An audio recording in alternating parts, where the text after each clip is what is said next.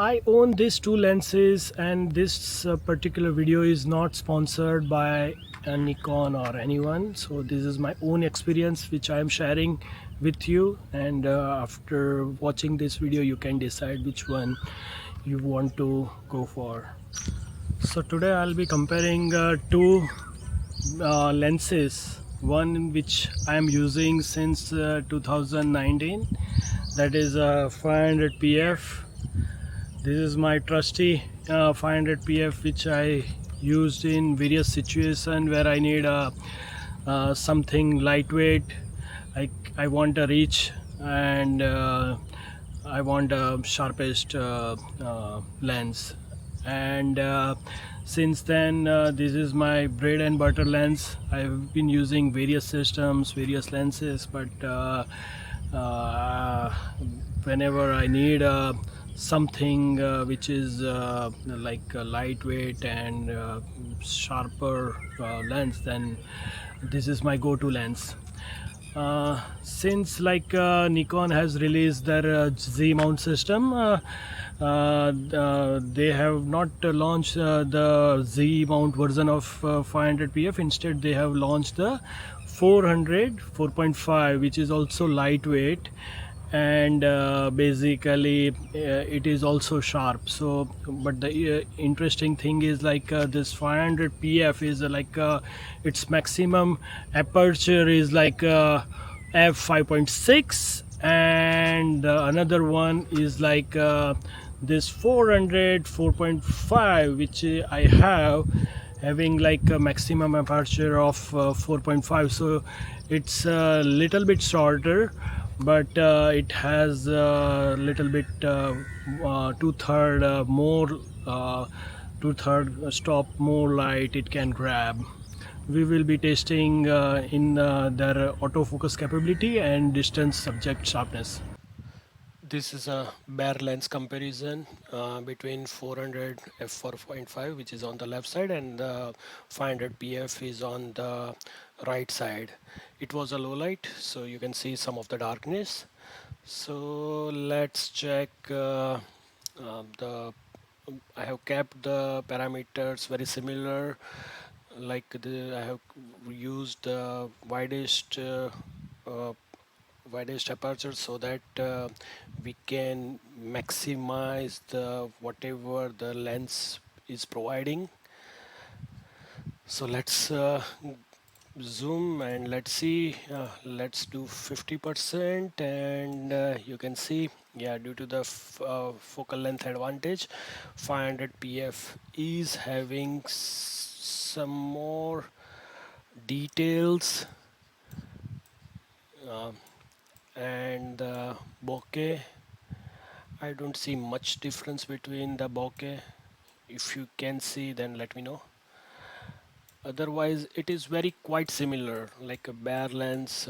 I can see there is not real world difference. uh, Only thing is with you can get 100 extra.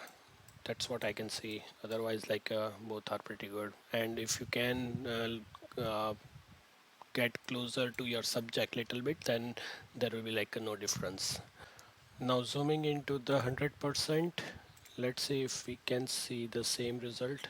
Yeah, you can see there is little bit more detail on the subject and branches. This is 100%, and with uh, like uh, latest post-processing software, once you process these images, there will be not much difference between. So in this particular image sequence, I'm trying to demonstrate focus tracking capability of 400 f4.5 lens. And for this demonstration, in this particular sequence, a particular pirate Sterling who was carrying a frog in its mouth, and it is coming towards me. It is a monsoon in India, so the particular photograph looks little bit darker. And if we check the EXIF, then the Shutter speed is pretty adequate, and if we see the ISO, it is also in control due to the lower f-stop. And if we check this sequence of like 20 images, most of them are pretty sharp, so there is no any degradation if I zoom in 100% any of the images. All images looks pretty good, and in the entire sequence, this particular lens has did a great job in tracking a particular bird.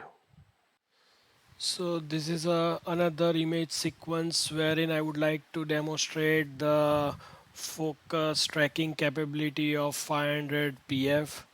So this particular image sequence is captured in Chitkul, Himachal Pradesh, wherein a particular variegated laughing thrush flew towards me, and you can see 500 PF has did a great job of tracking this particular bird. So if we see the EXIF, then the shutter speed is little bit higher, and due to the uh, little bit larger f-stop, my ISO is little bit high, even though there is a good light, I would say. And this is a kind of deciding factor in which situation you are capturing your particular birds. And I would say most of the bird in this particular sequence is sharp, though there is some out of focus birds, and because of human error, or but otherwise, like all the images from this 20 or 25 image sequence is pretty sharp. So regarding handling, both are lightweight category lens. I would say lightweight means like below or around 1.5 kg. Medium weight is like 2 kilo to 2.5 kg is a kind of medium weight category, and I would say heavy weight is like above 3 kilo, right? So those are the means heavy lenses. So these two lenses are lightweight category lenses, and handling is good for both of them. But I would say that instead of 500 5.6 or PF, handling of 400 is little bit easier, because like it does not contain the FTZ, and there is no much connection between the lens and body, so center of gravity is little bit on the body side, so it is easier to hold a particular lens, and for longer duration it is quite easy to hold. So this is my 500 PF with Z9, and you can see here due to the FTZ the length is little bit longer, and due to that the center of gravity is little bit on the front side, right? So so if I compare both, then 400 4.5 is little bit easier to handle. Now I'll be also testing this two lenses with the converter. I'll be not testing 400 with 1.4, because like it's good and you'll get around 560 mm. So what I'll be doing is like for distance subjects, I'll be using 2x TC on 400, so it becomes 800 f9 lens, and with my 500 pf I'll be using 1.4 TC, so it becomes 700 mm f8 lens. And let's see how that particular lens performs. So for medium speed subjects, 500 pf does a good job. Like extremely fast birds, like a very small bird like Munia or sparrow, with TC you'll not get good result. I would not say that you'll not get, but means for fast moving bird, keep the TC off for action shots, for BIF shots. And for all other scenarios it is pretty sharp. So let's see how this particular 4.5 with 2x TC combo, can it be comparable with 500 with 1.4 TC.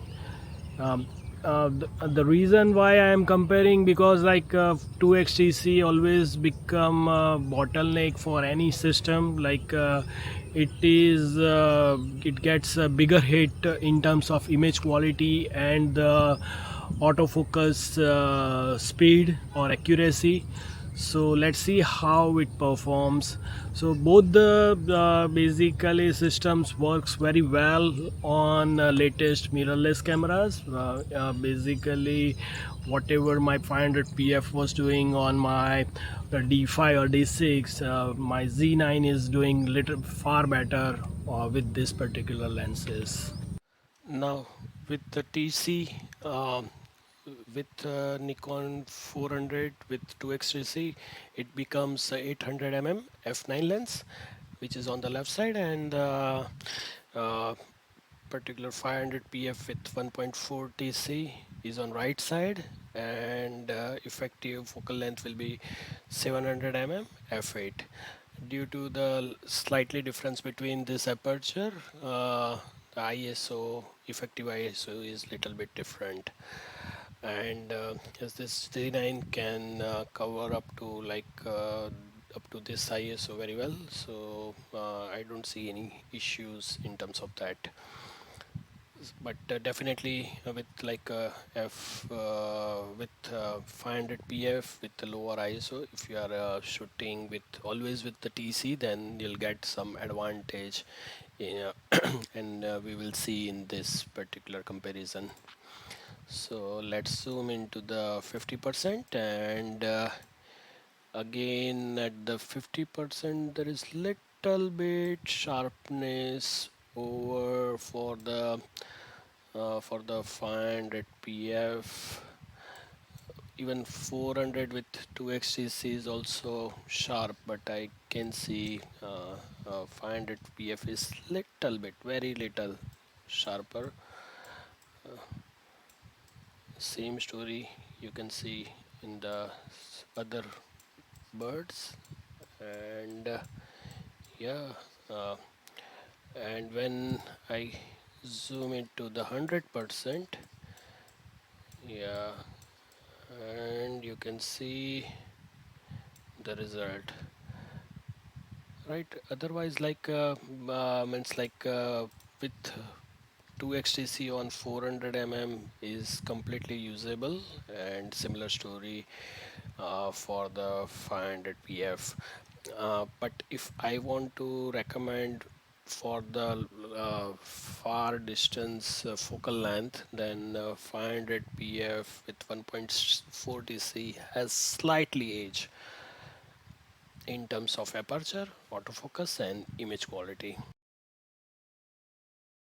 So in terms of image quality, I don't see much difference between those two lenses. And when basically we will compare in the real world, there is not much difference. In terms of autofocus, I would say that newer 400 4.5 is having like latest motor, so it uh, in my taste it focuses little bit faster than 500 pf. But in terms of real world, it's a 1920 difference, so you will not get disappointed with either of them. But if you are purely looking for robust autofocus, then maybe a native Z mount is like a way to go.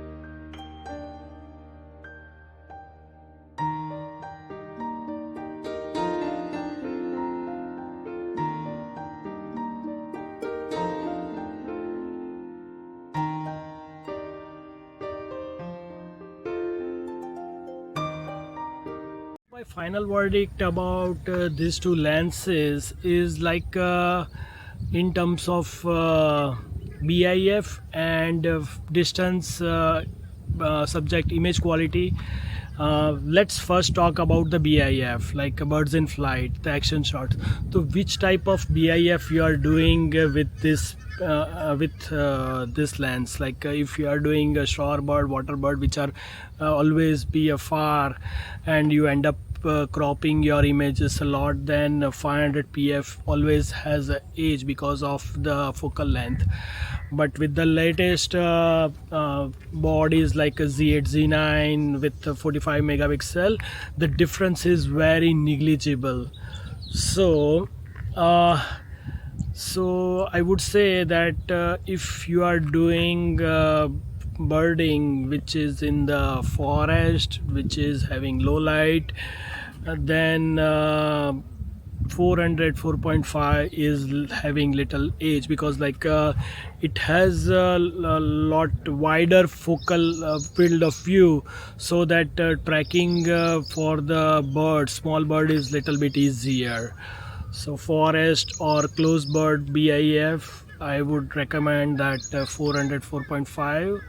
It has everything that you need. It will also keep your ISO little low than the 500 pf. So if I have to choose one lens from these two, then I'll definitely pick up 400 4.5. It's not like maybe with 500 feet 5.6 or 500 pf I can't do, or I'll miss anything, but in a specific situation it will perform little better. Regarding like 400, yes, it's amazing with 1.4 tc, and it can work with 2x when there is a lot of light, like then you can do some sort of BIF with that. And occasionally you can use the 2xtc. I would not recommend to put that 2xtc always on 400, because like if you always need a 800, then go for 600 pf or 800 pf, right? Both are means like amazing lenses. So yeah, that's the my thought on this two lenses.